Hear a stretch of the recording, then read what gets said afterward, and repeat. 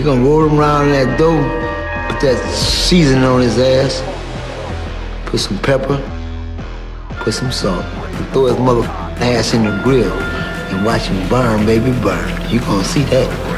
I'm gonna see you soon. This is 3 minutes or more. This is One Round with George. Let's go. Ever since I was a kid and saw Sugar Ray Leonard fight, I've loved boxing. I was at HBO for 15 years as a feature producer, won a few sports Emmys. Not bad. I got to travel the world and tell the great stories of these fighters. Maybe something of a rooting interest in Alexander among the entire HBO Sports crew here, because Alexander's manager is former HBO Sports producer George Jakovic.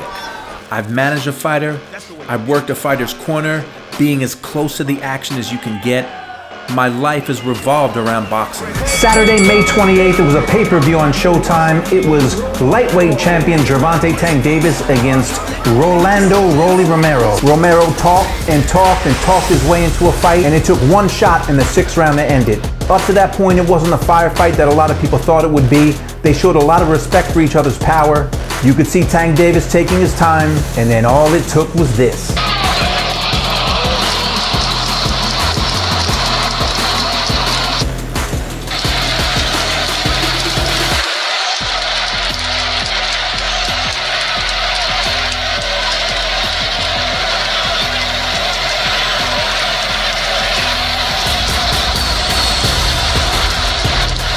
For a man who talked his way into a fight, he left the ring right after the knockout, but he was at the post-fight press conference, and it looked like he was still a little concussed from the punch with what he said. I exposed his ass, and everybody in this room knows it. I won all 6 rounds. I won every moment of that fight. So Romero thinks he dominated the fight. Okay, so where does Tank Davis go from here? Everyone wants to fight Tank Davis. Tank Davis is the top draw in the lightweight division.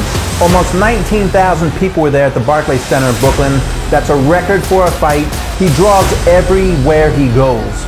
This Saturday, June 4th, it is another lightweight championship fight for all the belts. But wait, doesn't Tank have a belt? There's a lot of belts on the line Saturday when George Kambosos goes up against Devin Haney. It's in Australia. That's where Kambosos is from. At the last minute, Bill Haney, his father and trainer, was given permission to go to Australia. Originally he wasn't, and Yoel Judah was going to be in his corner, but now it turns out his father and trainer will be there. There's a lot of bad blood between these two, but these are the moments that make or break a fighter. I think Devin Haney's got some special qualities. I think he's going to rise to the occasion. In just a few weeks, on June 18th, we have got a blockbuster at 175 pounds. Artur Beterbiev and Joe Smith put up 3 of the light heavyweight belts in a clash at the Hulu Theater in New York City. These are 2 of the biggest punchers in the game. This should be a shootout from the beginning. I was in Joe Smith's camp a couple of weeks ago, and by the way, his trainer, Jerry Capobianco, one of the nicest guys I've met, period. He's an easy guy to root for.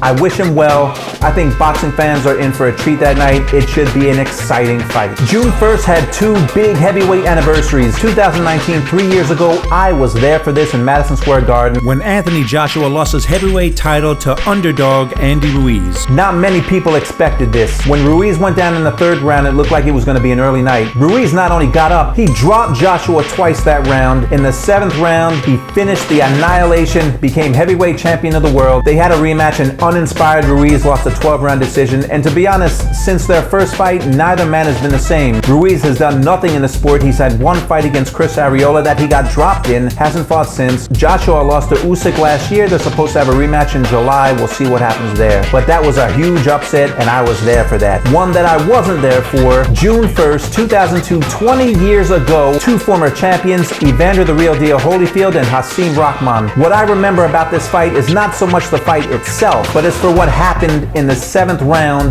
Nothing much had gone on up to that point. There was a headbutt from Holyfield. Suddenly, before you knew it, this happened. One of the most grotesque things I've ever seen on a prize fight.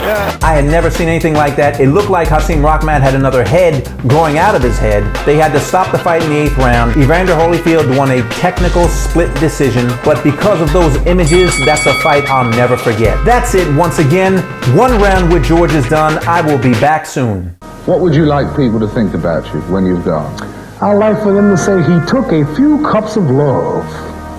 He took 1 tablespoon of patience, 1 teaspoon of generosity, 1 pint of kindness. He took 1 quart of laughter, one pinch of concern, and then he mixed willingness with happiness. He added lots of faith, and he stirred it up well. Then he spread it over a span of a lifetime, and he served it to each and every deserving person he met.